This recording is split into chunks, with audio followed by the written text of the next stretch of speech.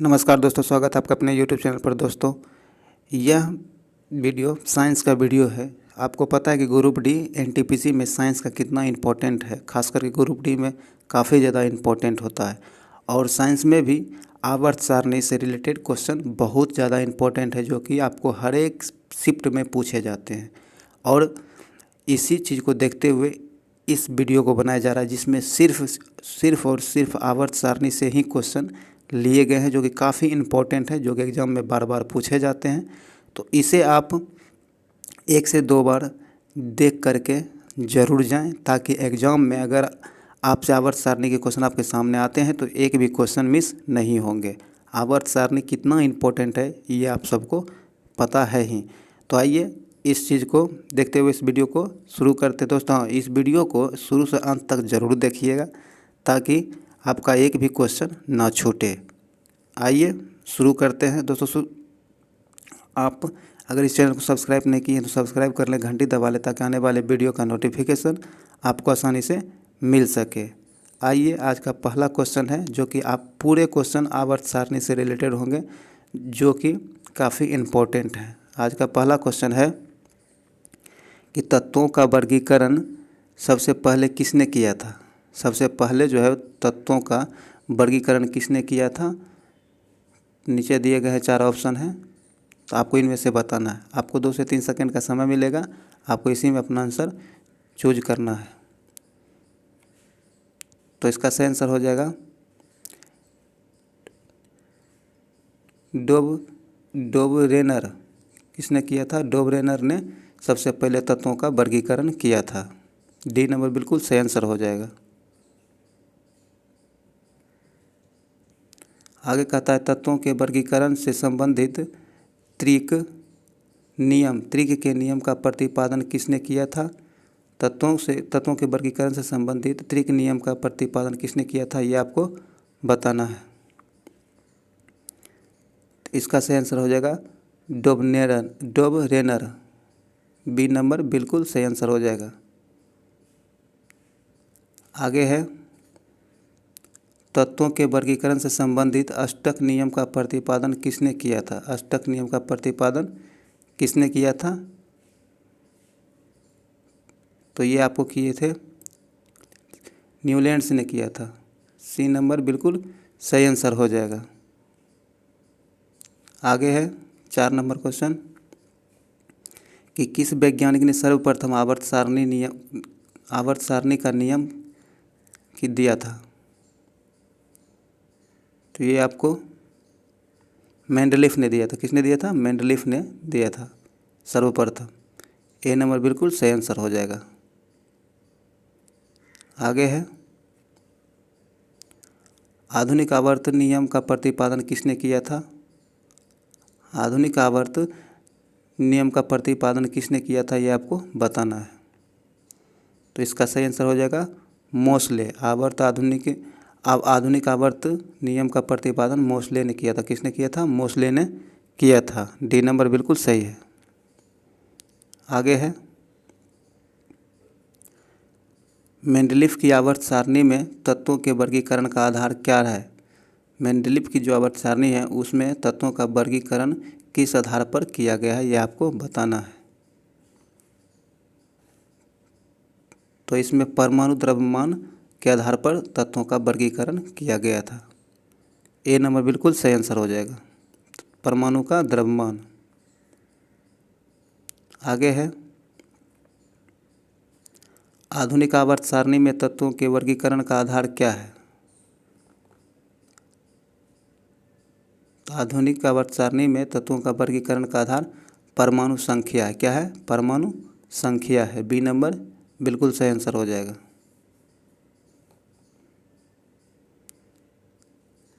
आगे है आधुनिक आवर्त सारणी में वर्गों की कुल संख्या कितनी है।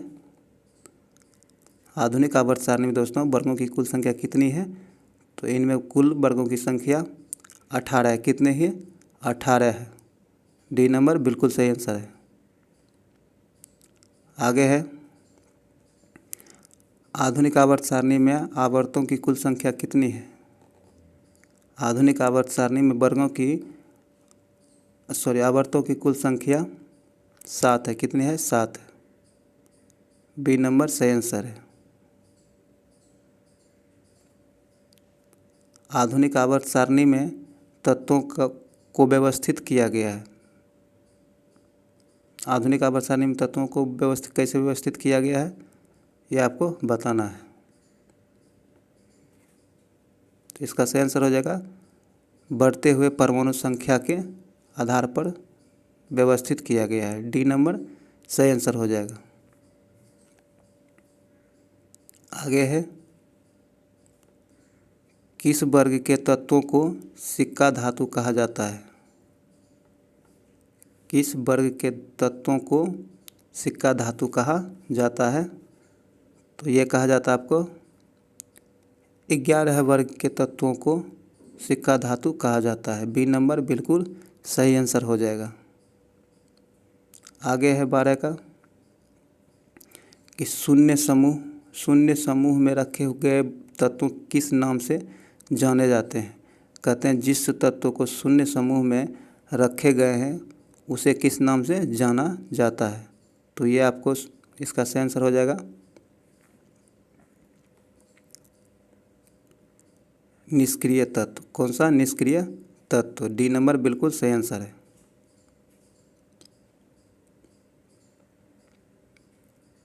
आगे है, सबसे भारी धातु कौन है?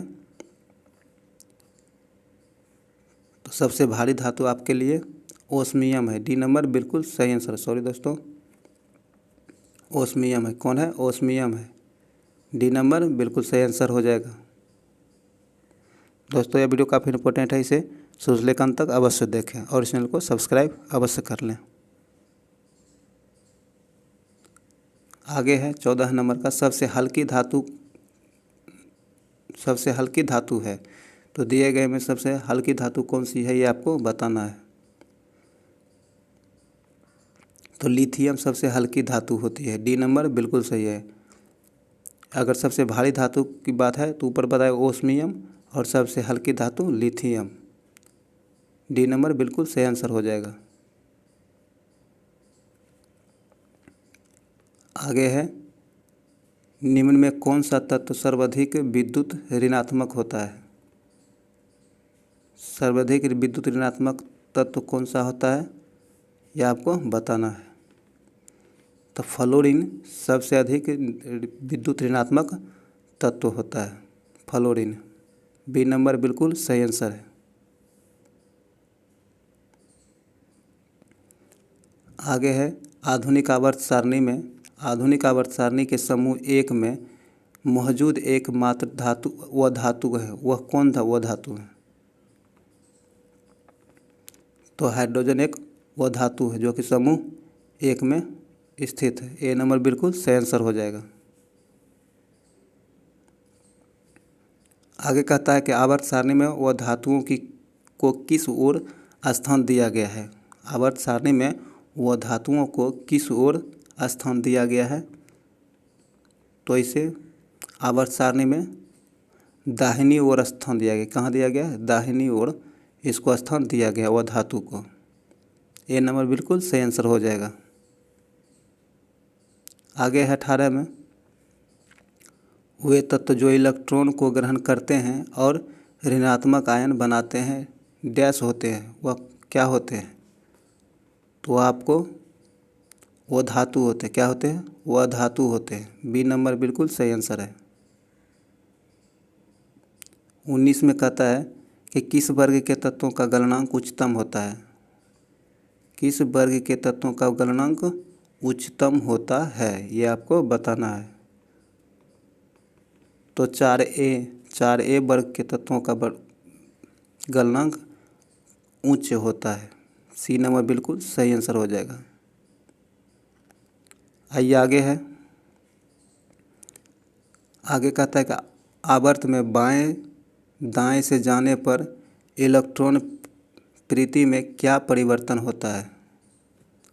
तो आवर्त सारणी में बाएं से दाएं से जाने पर इलेक्ट्रॉन में क्या प्रवृत्ति परिवर्तन होता है, ये आपको बताना है। तो इसमें बढ़ती है। क्या होता है? बढ़ता है। ए नंबर बिल्कुल सही आंसर हो जाएगा।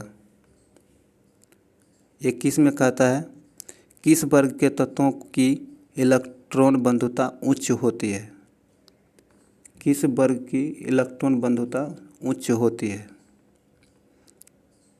तो ये आपको 7A वर्ग की इलेक्ट्रॉन बंधुता काफ़ी उच्च होती है। सी नंबर बिल्कुल सही आंसर हो जाएगा। 22 में है आवर्त सारणी को कितने ब्लॉक में बांटा गया है। आवर्त सारणी को कितने ब्लॉक में बांटा गया है। तो 4 ब्लॉक में बांटा गया। कितने ब्लॉक में। 4 ब्लॉक में बांटा गया है। डी नंबर बिल्कुल सही आंसर हो जाएगा। आगे है किस ब्लॉक का तत्व साधारणतः रंगीन यौगिक का निर्माण करता है। कहता किस ब्लॉक का तत्व साधारणतः रंगीन यौगिक का निर्माण करता है। तो यह करता है आपको एस ब्लॉक। एस ब्लॉक का तत्व साधारणतः रंगीन यौगिक का निर्माण करता है। एस ब्लॉक का। ए नंबर बिल्कुल सही आंसर हो जाएगा। 24 में है जब कोई उदासीन परमाणु एक इलेक्ट्रॉन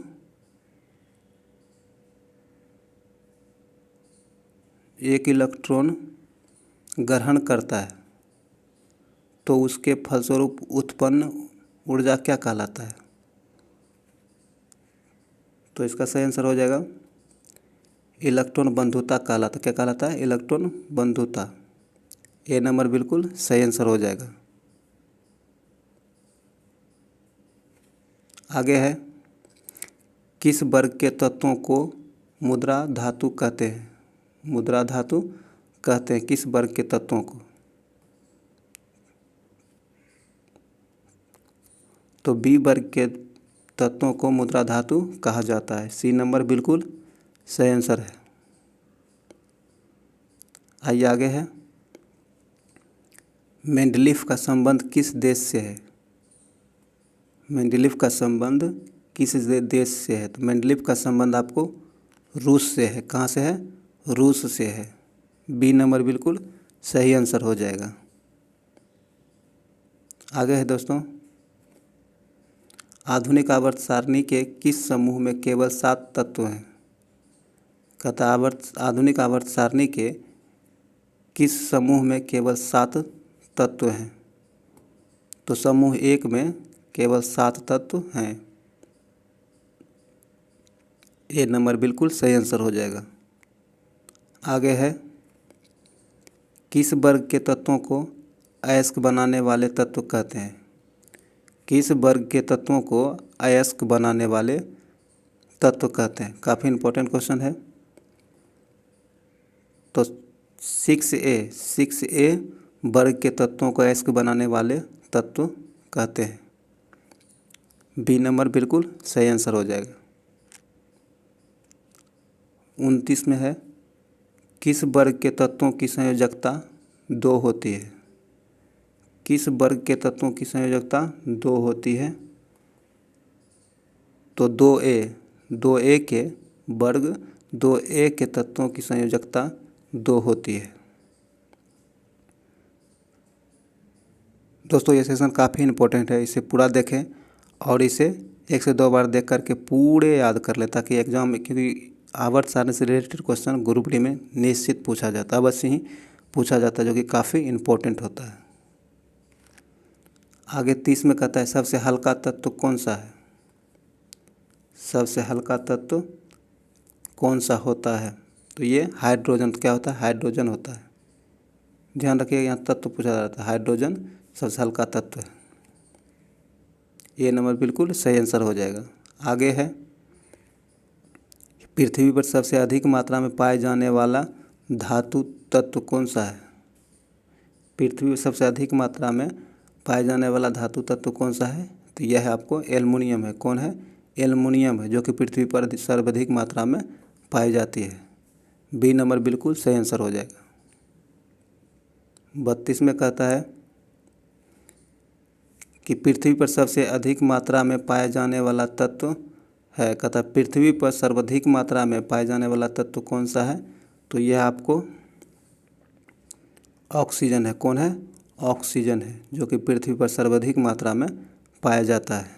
ए नंबर बिल्कुल सही आंसर है। आगे है, प्रत्येक आवर्त का अंतिम सदस्य होता है। प्रत्येक आवर्त का अंतिम सदस्य क्या होता है?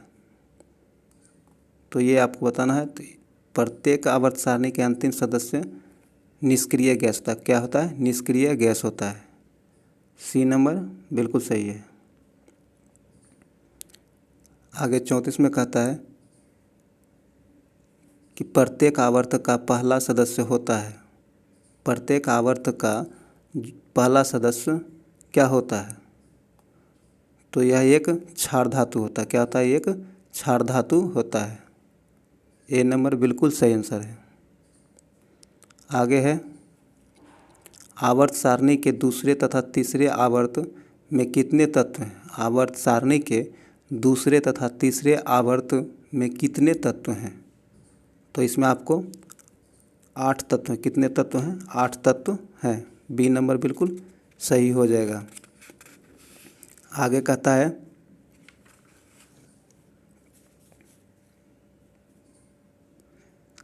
36 में कहता है कि आधुनिक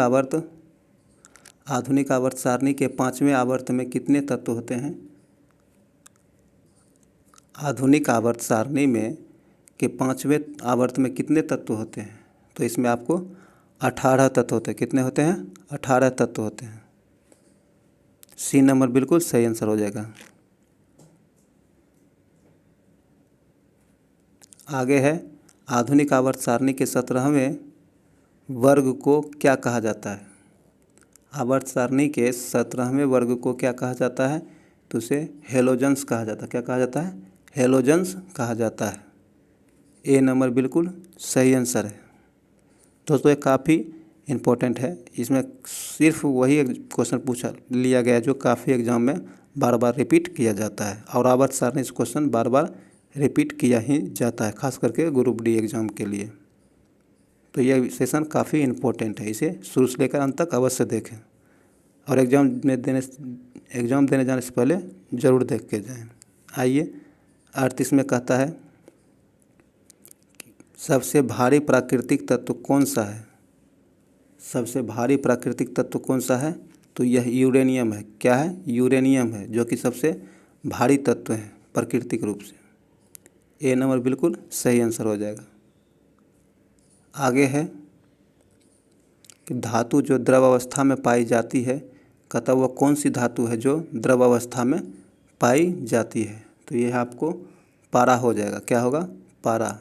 पारा ही एकमात्र ऐसा धातु है जो द्रव अवस्था में पाया जाता है। ए नंबर बिल्कुल सही आंसर हो जाएगा। आगे है 40 का। इसमें कहता है, वह धातु जो द्रव अवस्था में पाई जाती है, कहता वह धातु कौन सी है जो द्रव अवस्था में पाई जाती है? तो यह आपको ब्रोमीन हो जाएगा। क्या हो जाएगा? ब्रोमीन। वो धातु द्रव अवस्था में पाई जाती है तो उसे ब्रोमीन कहिएगा।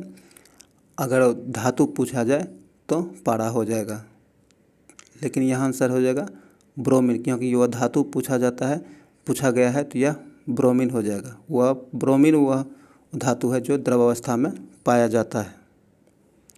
आगे है, आवर्त सारणी के छठे आवर्त में कुल कितने तत्व होते हैं?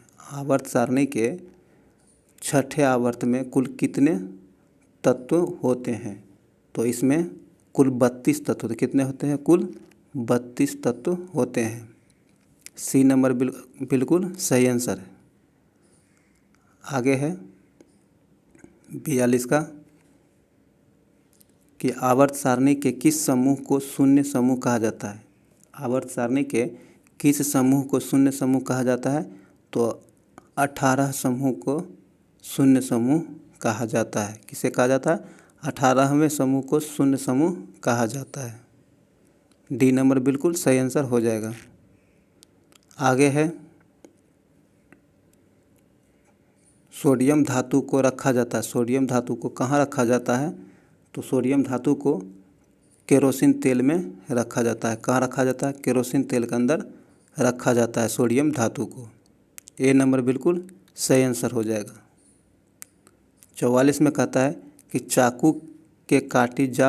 चाकू से, यहाँ के नहीं से होगा, चाकू से काटी जा सकने वाली धातु कौन सी है। कहता वह एकमात्र धातु जो चाकू से काटी जा सकती है वह कौन सा है।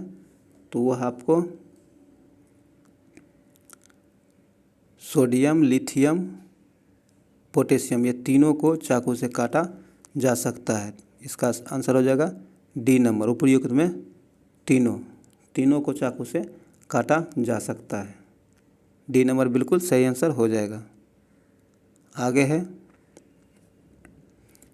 किस वह धातु में धातुई चमक पाई जाती है। कहता वह कौन सी वह धातु है जिसमें धातुइक चमक पाई जाती है। तो यह आयोडीन है। कौन है?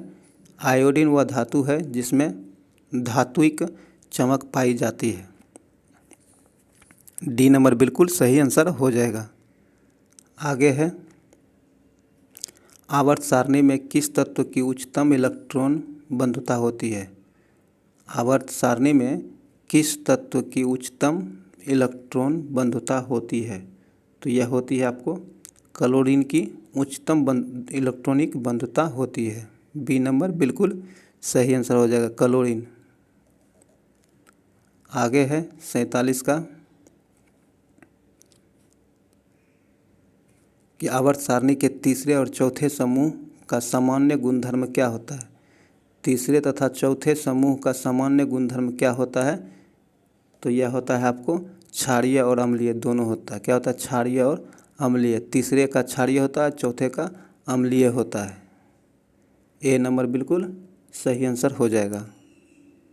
आगे है कि न्यूलैंड के समय ज्ञात तत्वों की संख्या कितनी थी। न्यूलैंड के समय ज्ञात तत्वों की संख्या कितनी थी। तो ये आपको बताना है। एक में दिया गया 24, दो में दिया गया है 52 और सी में है 56 और डी में है 70। तो इसका सही आंसर हो जाएगा आपको सी। न्यूलैंड के समय में 56 तत्वों का ज्ञात किया जा सका था। सी नंबर बिल्कुल सही आंसर हो जाएगा। आगे है कि आवर्त सारणी में क्षैतिज कतारों को क्या कहते हैं। आवर्त सारणी में जो क्षैतिज कतार पाए जाते हैं उसे क्या कहा जाता है। तो उसे आपको आवर्त कहा जाता है। क्या कहा जाता है? आवर्त कहा जाता है।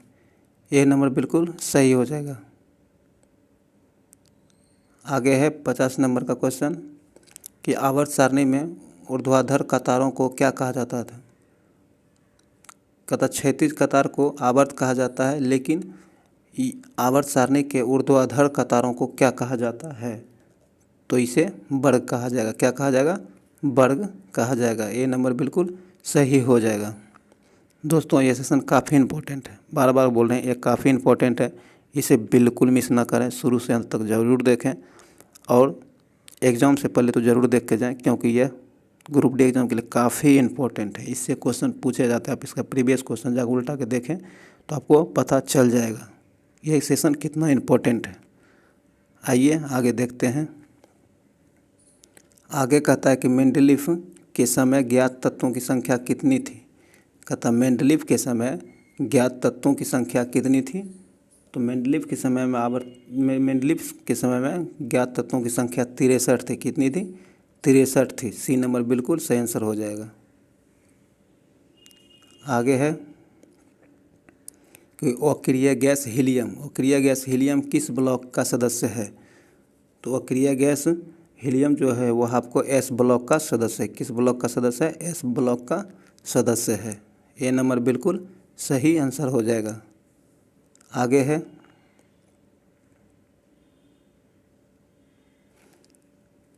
कि हीलियम को छोड़कर सभी अक्रिय गैस किस ब्लॉक में पाए जाते हैं। कहता हीलियम को अगर छोड़ दिया जाए तो सभी अक्रिय गैस किस ब्लॉक में पाए जाते हैं।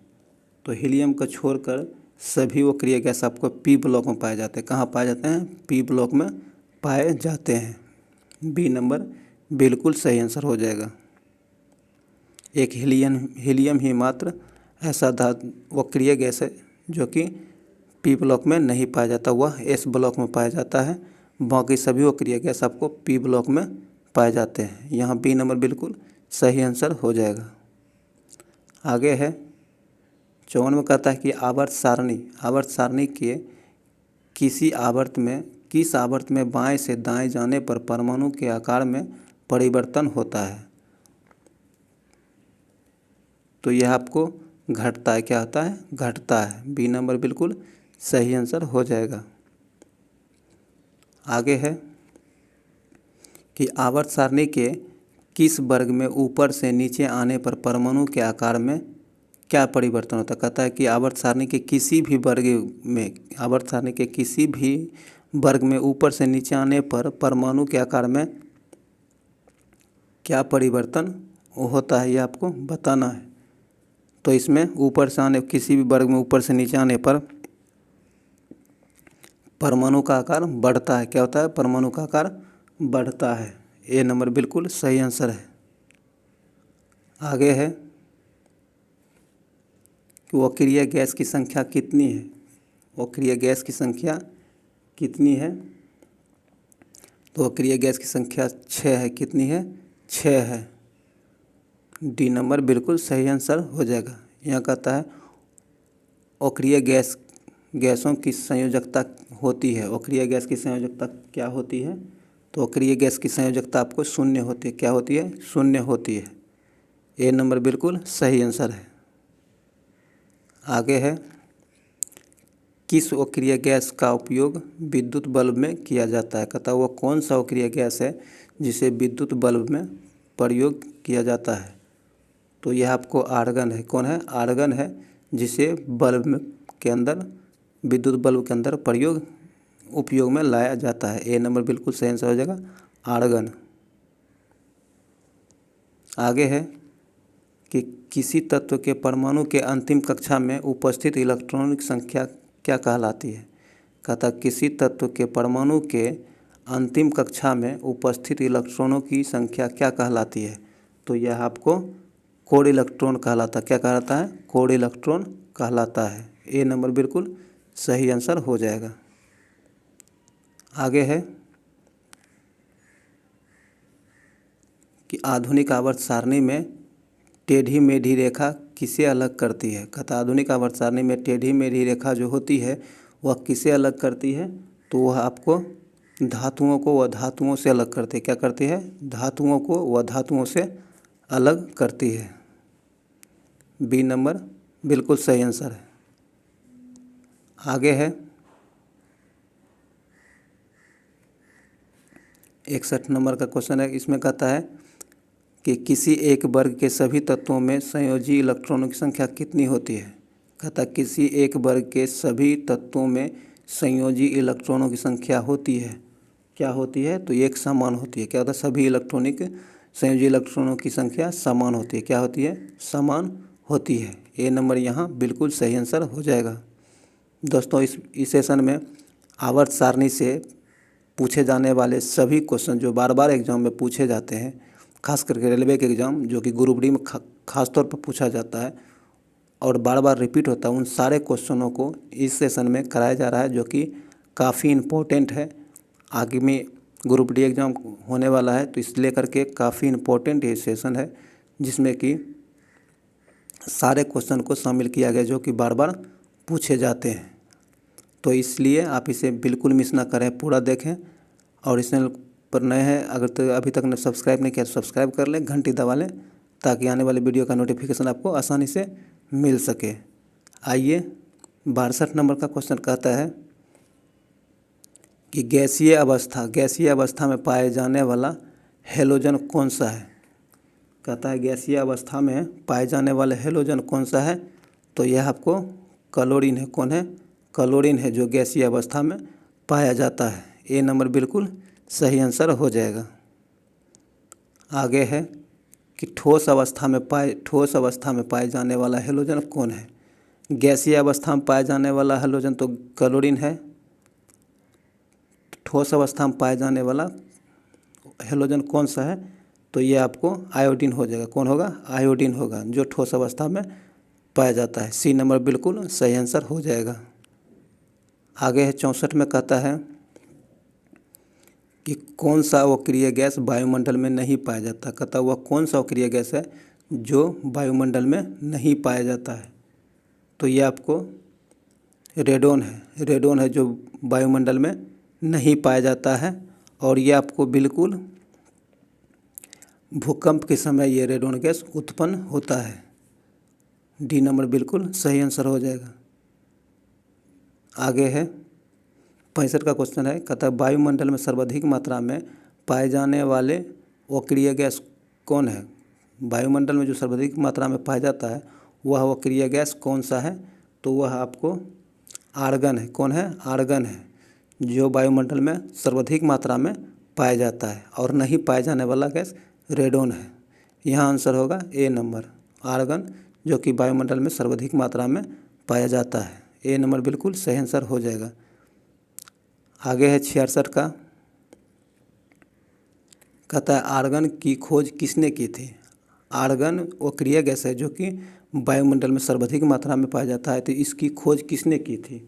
तो इसकी खोज आपको रेमजेन की था। किसने किया था? रेमजेन ने किया था। ए नंबर बिल्कुल सही आंसर हो जाएगा। आगे है 67 का। कहता है कि सर्वाधिक यौगिक बनाने वाला अक्रिय गैस कौन सा है। सर्वाधिक यौगिक बनाने वाला अक्रिय गैस कौन सा है। तो यह आपको रेनॉन है। कौन है? रेनॉन है। रेनॉन सर्वाधिक मात्रा में अक्रिय गैस बनाने वाला अक्रिय गैस जो यौगिक बनाने सर्वाधिक यौगिक बनाता है।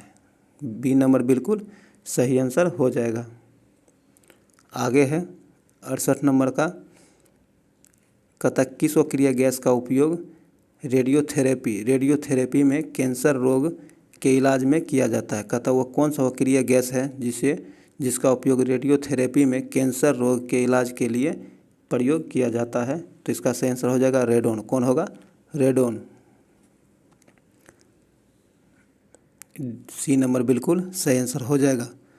दोस्तों ये आवर्त सारणी का ऐसा पर आधारित ऐसा वीडियो है जो जिसमें कि सारे क्वेश्चन आवर्त सारणी जिससे जितने क्वेश्चन बन सकते हैं, जितने क्वेश्चन सभी एग्जाम में पूछे गए आज तक प्रीवियस, उन सभी क्वेश्चनों को संग्रह किया गया है ताकि आगामी एग्जाम ग्रुप डी में किसी या CBT 2 में किसी को आवर्त सारणी से कोई क्वेश्चन मिस ना हो, जो कि काफ़ी इम्पोर्टेंट है। तो इसीलिए करके इस वीडियो को शुरू से अंत तक अवश्य देखें और एग्ज़ाम देने से पहले ज़रूर देख के जाएं। उस समय का देखा हुआ आपको ध्यान में रहता है और ऑप्शन आएगा तो आप बिल्कुल बना सकेंगे। आइए 69 का क्वेश्चन कहता है आर्गन का द्रव्यमान कितना होता है। कहता है आर्गन का द्रव्यमान जो होता है वह कितना होता है। तो यह आपको 40 होता है। कितना होता है? आर्गन का द्रव्यमान आपको 40 होता है। सी नंबर बिल्कुल सही आंसर हो जाएगा। आगे है कि हीलियम के बाह्यतम कक्षा में कितने इलेक्ट्रॉन होते हैं। कहता है हीलियम के बाह्यतम कक्षा में कितने इलेक्ट्रॉन होते हैं। तो ये आपको 2 इलेक्ट्रॉन होते हैं। हीलियम के बाह्यतम कक्षा में 2 इलेक्ट्रॉन होते हैं। कितने होते हैं? 2 इलेक्ट्रॉन होते हैं। आइए आगे देखते हैं। आगे कहता है हीलियम को छोड़कर अगर हीलियम को छोड़ दिया जाए तो सभी अक्रिय गैस की बाह्यतम कक्षा में कितने इलेक्ट्रॉन होते हैं। तो अगर हीलियम को छोड़ दिए, हीलियम के बाह्यतम कक्षा में 2 इलेक्ट्रॉन होते हैं। अगर हीलियम को छोड़ दिया जाए तो बाकी सभी अक्रिय गैस की बाह्यतम कक्षा में कितने इलेक्ट्रॉन होते हैं ये आपको बताना है। तो इसमें आपको 8 इलेक्ट्रॉन होते हैं। कितने होते हैं? 8 इलेक्ट्रॉन होते हैं। हीलियम को छोड़कर सभी अक्रिय गैस के बाह्यतम कक्षा में 8 इलेक्ट्रॉन होते हैं। दोस्तों इस वीडियो को यहीं समाप्त करते हैं और ये उम्मीद है कि इन सारे क्वेश्चनों को आप रिपीट करके याद करके रिवीजन करके जाएंगे। इसका फ़ायदा आपको एग्जाम में आवर्त सारणी से एक भी क्वेश्चन मिस नहीं होगा, जिसका भरपूर फ़ायदा आपको मिल सकेगा। आइए इस वीडियो को यहीं समाप्त करते हैं। मिलते अगले वीडियो में। जय हिंद।